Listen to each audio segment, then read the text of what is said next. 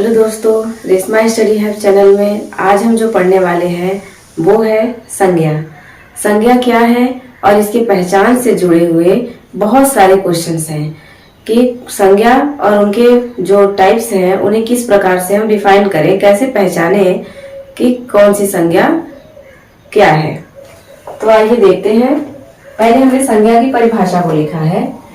किसी व्यक्ति, वस्तु, स्थान, प्राणी अथवा भाव के नाम को संज्ञा कहते हैं।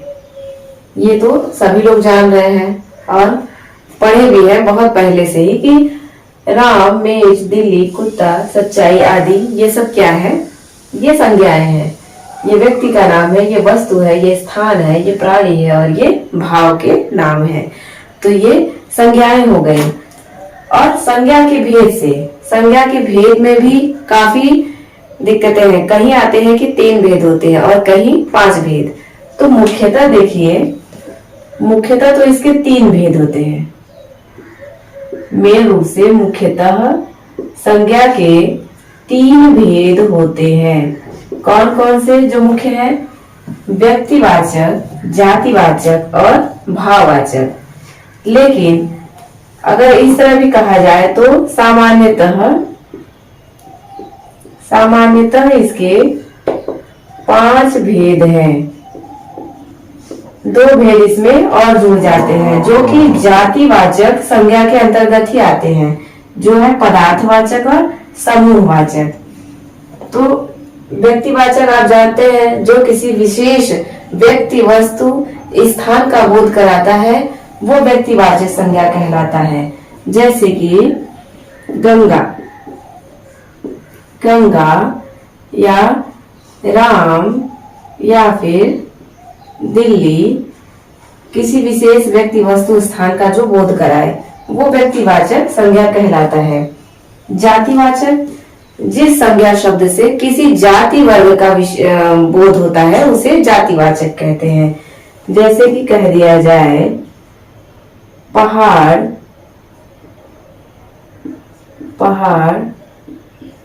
नदी और बालक। ये क्या हो गए? ये किसी जाति की तरफ इंडिकेट कर रहे हैं। यहाँ किसी व्यक्ति, वस्तु का विशेष तौर पे नाम नहीं है, ये पर्टिकुलर उस जाति को बता रहे हैं। जब पर्टिकुलरली उसका नाम लिया जाएगा तो वो व्यक्तिवाचक में आ जाएगा। जैसे अगर ये पहाड़ कहे तो पहाड़ तो एक जाति है, और अगर उसमें से किसी पहाड़ का अगर आप नाम ले लें, जैसे हिमालय हो गया और एवरेस्ट हो गया, तो ये आपके क्या हो गए? ये व्यक्तिवाचक संज्ञा के अंतर्गत आ जाएंगे। लेकिन यदि आप बस पहाड़ कह रहे हैं तो वो जातिवाचक। और ऐसे ही नदी है।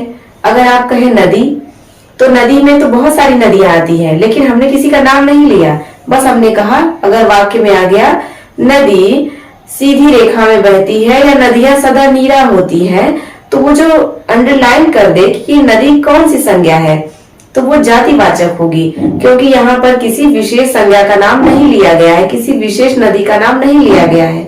अगर वही रहे कि गंगा नदी बहुत विकराल स्वरूप में है, या फिर गंगा नदी हिमालय से निकलती है, कावेरी जो है दक्षिण भारत की गंगा कही जाती है, अगर इस प्रकार से नदियों के नाम ले लिए जाएं, अगर उनके नाम ले लिए जाए, कावेरी, गंगा, गंडक, कोसी, जो भी, तो वो व्यक्तिवाचक संज्ञा में आ जाएंगी।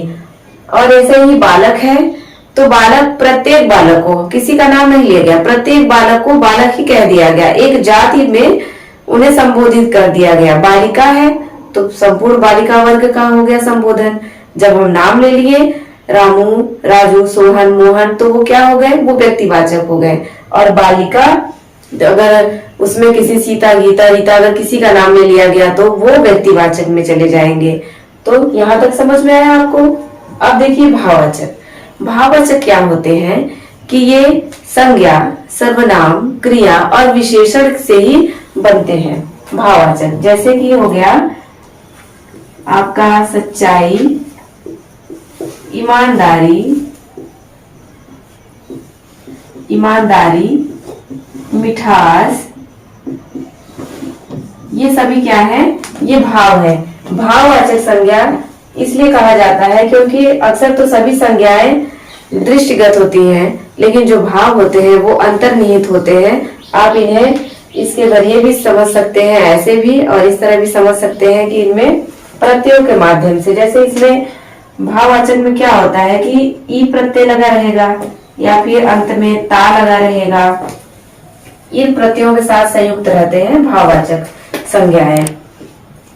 और यह पदार्थवाचक, तो जो ये पदार्थवाचक संज्ञा है ये क्या है, ये जातिवाचक संज्ञा के अंतर्गत ही आते हैं। जैसे अगर ये कहा जाए सोना, ये एक पदार्थ है, ये जाति के अंतर्गत इसलिए है क्योंकि सोना हम अलग अलग सोना नहीं कह सकते हैं, और सोना है, दूध है, इसे हम अलग नहीं बना सकते हैं, ये एक ही है, इसीलिए इन्हें जाति के अंतर्गत रखा गया है। और क्या है, लकड़ी, ये सभी पदार्थवाचक संज्ञाएं हैं।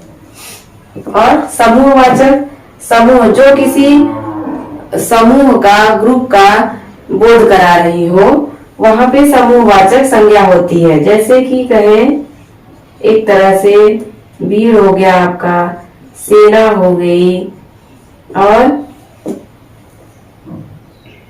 ये जनता या फिर खिलाड़ी,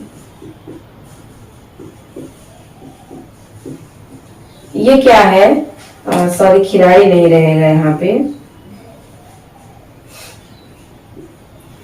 ये सभी समूहवाचक संज्ञा में आएंगे।